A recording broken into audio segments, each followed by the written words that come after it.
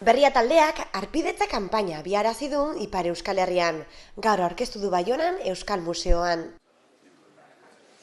Kanpaina bat zabalduko da orain Ipar Euskal Herrian, Harpidetzak egitekoa, hain zuzen ere, lehen esan bezala, berapan batekin eskaintzen da Harpidetza, egingo dugun kanpainak aukera emango du lehenengo 2 astetan berria doan jaso ahal izateko, horrek bide emango dio, hain zuzen ere, Harpidetza egin nahi duen pertsona horri frogatzeko Harpidetza jasotzeko bideek funtzionatzen dutela, eta ez dela lehen postarekin zuen arazo bereak ez dituela topatzen, eta orduan ondoren egin ahal izango nuke benetako Harpidetza.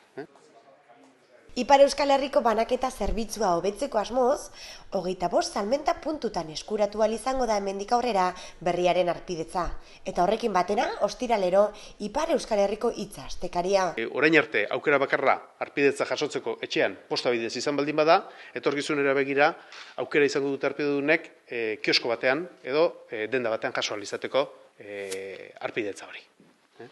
Orduan, uste dugu honek errestu egiten dula, nolapait, Ipar Euskal Herriko euskaldunen gana berria iristeko aukera hori. Irakurle berrien gana iristea da gure helburua, erreferentzialtasun bat irabazten jutea berria eta Ipar Euskal Herriko hitza, bi elementu horiek dira gure oinarri nagusienak Ipar Euskal Herriari begira.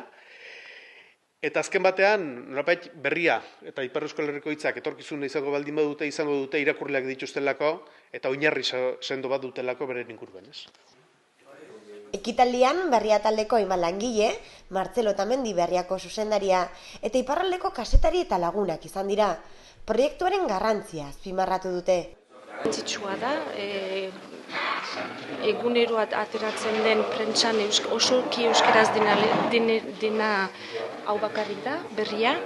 Beste batzuetan badago pixka bat euskaraz, baina edo frantsesez edo erderaz azaltzen dira berri gehienak.